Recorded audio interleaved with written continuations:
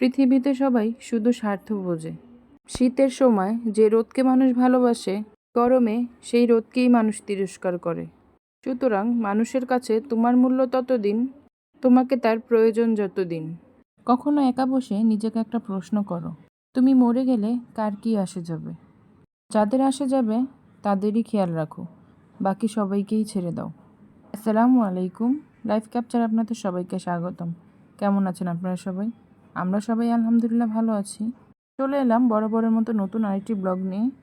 আশা করছি সবাই শেষ পর্যন্ত সাথেই থাকবেন।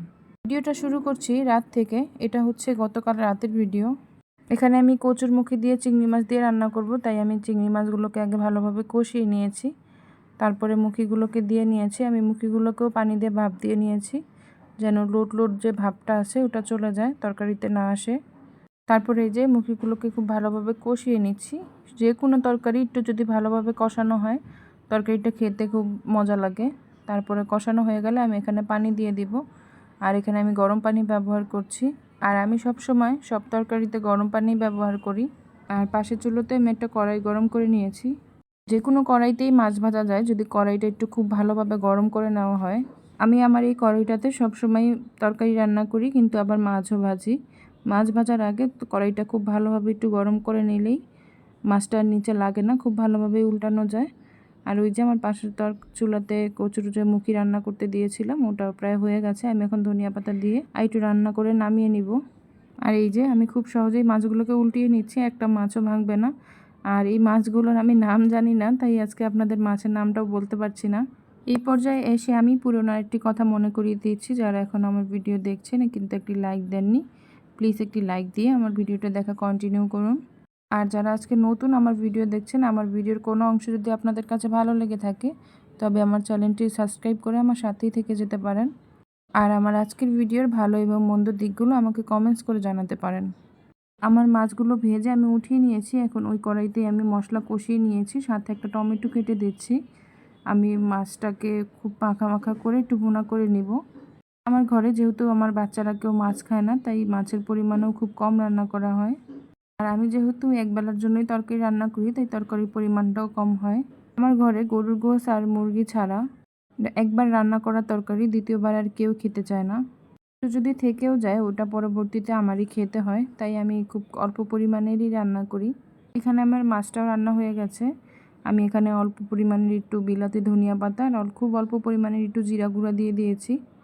এই বিলাতি ধনিয়া পাতাটা অনেকেই খেতে পারে না, কিন্তু আমার কাছে খেতে খুবই ভালো লাগে। এই পাতাটার ঘ্রাণ আমার খুব ভালো লাগে। আমার বয়ামের লবণ আর চিনি শেষ হয়ে গিয়েছে, তাই আমি বয়াম দুটাকে খুব ভালোভাবে ধুয়ে শুকিয়ে নিয়েছি। আর এখন লবণ আর চিনি ঢেলে নিচ্ছি। আমার যখনই যে কোনো বয়াম খালি হয়, আমি ওটাকে ধুয়ে আবার রিফিল করি, তাহলে আর একসাথে অনেকগুলো জমে না। একসাথে অনেকগুলো জমলে পরে ক্লিন করতে অনেক কষ্ট হয়ে যায়, তাই আমি যখনটা তখনই ক্লিন করার চেষ্টা করি। আর পাশে এই যে আমি কাঁচের বয়ামটা ভরে নিচ্ছি, এটাতে সবসময় আমার চা বা কফি খাওয়ার জন্য আমি ব্যবহার করি। আর এখানে আমি পুঁটি মাছ নিয়ে নিয়েছি। আজকে আমি মাছগুলোকে খুব ভালোভাবে ভেজে নিচ্ছি। পুঁটি মাছে খুব কাঁটা থাকে, তাই রান্না করলে খেতে অতটা ভালো লাগে না, ভাজা মাছটাই খেতে ভালো লাগে। আর যখন তাজা মাছটা আনা হয় তখন রান্না করে খেতেও ভালো লাগে। আমি এখানে কিছুটা পেঁয়াজ, কাঁচামরিচ এবং ধনিয়া পাতা নিয়ে একটু ভেজে নিয়েছি। আর ভাজা হয়ে গেলে আমি মাছগুলোকে দিয়ে একটু উল্টিয়ে পুল্টিয়ে নিচ্ছি। এভাবে মাছটা ভাজলে আমার কাছে খেতে খুবই ভালো লাগে। আর রাতে রান্নাবান্না শেষ করে আমরা খাওয়া দাওয়া করেও নিয়েছি। আর এটা হচ্ছে পরের দিনের ভিডিও। পরের দিন বিকেলে আমি বের হয়েছিলাম আমার বিজনেসের জন্য কিছু কেনাকাটা করার জন্য। মহরমের যে তাজিয়া মিছিলগুলো বের হয়, সেই মিছিলই এখানে একটু আমি ভিডিও করে নিয়েছি। আর রাস্তা খুব গরম ছিল, চারদিকে অবরোধ, তাই ওভাবে আর কোনো কিছু ভিডিও করতে পারিনি। মোবাইল বের করতেই ভয় লাগছিল। সত্যি বলতে আমি রাস্তায় যে বের হয়েছি, আমার রাস্তায় থাকতেই ভয় লাগছিল সেদিন। আর এই যে বাবা মেয়ের নাচ দেখেন। বাসায় ফেরার পরে জান্নাতুর বাবাকে দেখে নাচছিল, সাথে বাবাকেও বলছিল আমার সাথে নাচো। এই যে দুই বাপ মেয়ে মিলে নাচানাচি করছিল, আমি একটু ভিডিও করে নিয়েছি। বাবা মাত্রই অফিস থেকে এসে গায়ের থেকে শার্টটা খুলেছে, কিন্তু শার্টটা রাখার আর সময় দেয়নি, এর ভিতরেই বাবাকে নাচতে হবে তার সাথে। আর এই যে আমি এই 3 পিসগুলোই নিয়ে আসতে গিয়েছিলাম। আসলে আমি আমার এই কাজটা শুরু করছি প্রায় 2 বছর হয়ে যাচ্ছে, কিন্তু কখনো আপনাদের সাথে শেয়ার করা হয়নি। আজকে ভাবলাম আমার লাইফস্টাইলের কাজগুলোই যখন আপনাদের সাথে শেয়ার করি, এটা তো তার একটা ভাগ, তো এটাও আপনাদের সাথে শেয়ার করি আজকে। আর এখন যেহেতু প্রচুর পরিমাণের গরম পড়েছে, তাই এখানে আমি বেশিরভাগ লোন 3 পিসগুলোই নিয়ে এসেছি।